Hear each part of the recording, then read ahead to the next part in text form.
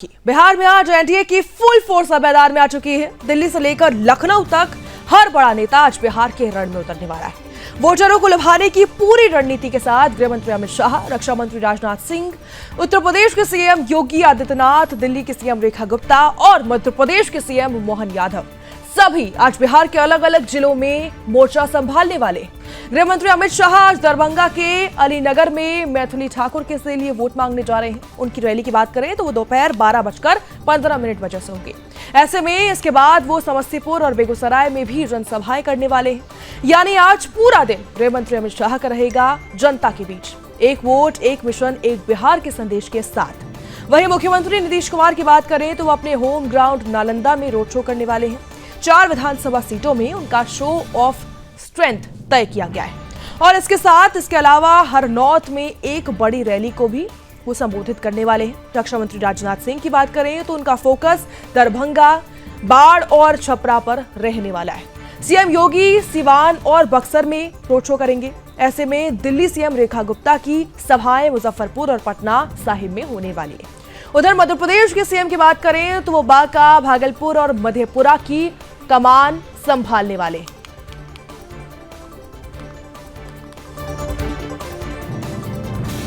तो ऐसे में आज सभी दिग्गज बिहार पहुंचे हैं, बिहार के रण में उतरने वाले। कहीं ना कहीं बिहार में चुनाव है, उसको लेकर सभी नेता बिहार के मैदान में उतर गए हैं। सभी को अलग अलग जिम्मेदारियां सौंपी गई हैं, जिसको पूरी करने के लिए सभी नेता तैयार हो चुके हैं।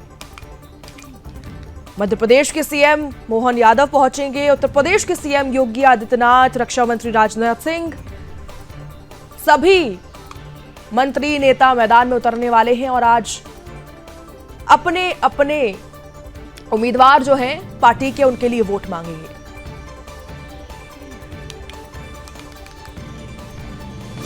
इस खबर पर ज्यादा जानकारी के साथ हमारे संवाददाता सौरभ हमारे साथ जुड़ चुके हैं। सौरभ, सभी दिग्गज उतरने वाले हैं मैदान में, उम्मीदवारों के लिए वोट मांगे जाएंगे, क्या कुछ तैयारियां हैं, किस तरीके से आज का दिन रहने वाला है? जी देखिए दादू, आपको दिव्या की जिस तरह से बिहार में छठ का जो महापर्व है वो समाप्त हो चुका है और चुनावी महापर्व की जो गूंज है वो सुनाई दे रही है। अगर बीजेपी की बात करें, एनडीए की बात करें तो उत्तर प्रदेश के मुख्यमंत्री योगी आदित्यनाथ की आज सभा है और सभा कहाँ है? रघुनाथपुर में है, सीवान जिले की। और उस रघुनाथपुर से कभी बिहार में आतंक का प्रयार है, शहाबुद्दीन का लड़का ओसामा चुनाव लड़ रहा है। और आपको मजेदार बात दादू आपको कि उत्तर प्रदेश के पूर्व मुख्यमंत्री समाजवादी पार्टी के अध्यक्ष अखिलेश यादव भी ओसामा के समर्थन में सभा करेंगे। वहीं उत्तर प्रदेश के मुख्यमंत्री योगी आदित्यनाथ ओसामा के खिलाफ सभा करेंगे। एनडीए के जो उम्मीदवार है, जेडीयू पार्टी के उम्मीदवार है, नीतीश कुमार के पार्टी के उम्मीदवार है जीतू सिंह, उनके समर्थन में अपील करेंगे उत्तर प्रदेश के मुख्यमंत्री। और जाहिर सी बात है, आपको पता है कि जंगल राज किस तरह से भारतीय जनता पार्टी आरोप लगाती थी और जिस तरह से शहाबुद्दीन के बारे में पूरा देश जानता है कि पाकिस्तान के साथ, उनके आईएसआई के साथ संबंध थे। लेकिन आज शहाबुद्दीन आज नहीं है, लेकिन उनके बेटे चुनाव लड़ रहे हैं और जिस तरह से भारतीय जनता पार्टी कर रही है कि आरजेडी फिर से जंगल राज लड़ना चाहती है, इसीलिए उसने शहाबुद्दीन के बेटे को चुनाव लड़ाया है। अगर सीवान से बात किया जाए तो आरजेडी से अवध बिहारी चौधरी लड़ रहे हैं, वरिष्ठ नेता हैं, लालू यादव की सरकार में भी मंत्री रहे हैं। और गृह मंत्री अमित शाह की बात किया जाए, दिल्ली के मुख्यमंत्री रेखा गुप्ता की बात किया जाए, मध्य प्रदेश के मुख्यमंत्री मोहन यादव की बात किया जाए और उत्तराखंड के मुख्यमंत्री पुष्कर सिंह धामी की बात किया जाए तो आज चाहे रक्षा मंत्री राजनाथ सिंह हो, तमाम जो बड़े नेता हैं वो आज पटना में आ रहे हैं, बिहार में आ रहे हैं। दिल्ली के मुख्यमंत्री रेखा गुप्ता का आज दानापुर में, जहां से उनके नेता हैं पूर्व केंद्रीय मंत्री रामकृपाल यादव चुनाव लड़ रहे हैं, उनका रोड शो है। तो तमाम जो नेताओं का जो आने जाने का सिलसिला है वो शुरू हो चुका है। तो बिल्कुल ऐसे में जो चुनावी रैलियां हैं, जनसभाएं हैं, आखिर वो चुनाव के मद्देनजर कितनी महत्वपूर्ण है और किस तरीके से वो तस्वीर बदल सकती है बिहार चुनाव की?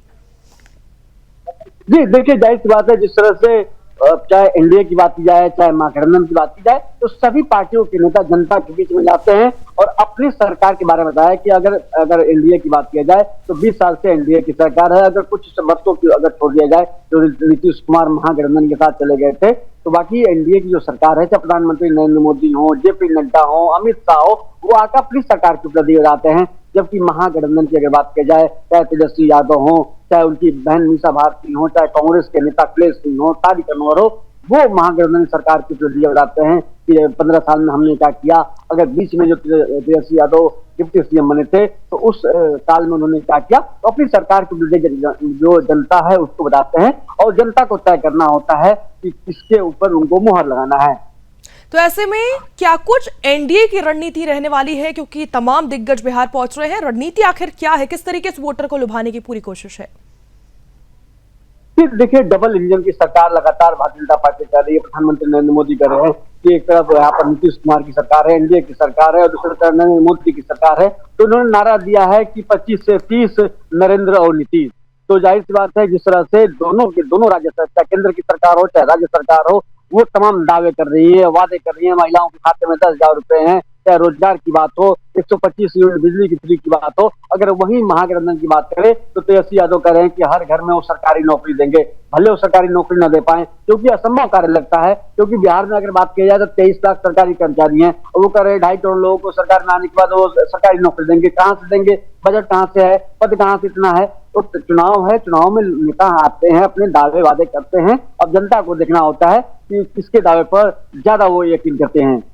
बिल्कुल, आप लगातार नजर बना रखिए ताकि हम आपसे अपडेट लेते रहेंगे, क्योंकि बिहार में चुनावी सरगर्मी तो तेज ही हो चुकी है। बहुत बहुत धन्यवाद हमारे साथ जुड़ने के लिए। लगातार बिहार में सरगर्मी तेज है और ऐसे में हमारी भी पूरी नजर है और पूरे देश की नजर है कि किस तरीके से बिहार में किसकी सरकार बनेगी और कैसे बनेगी, क्योंकि लगातार वार और पलटवार का दौर तो जारी ही है।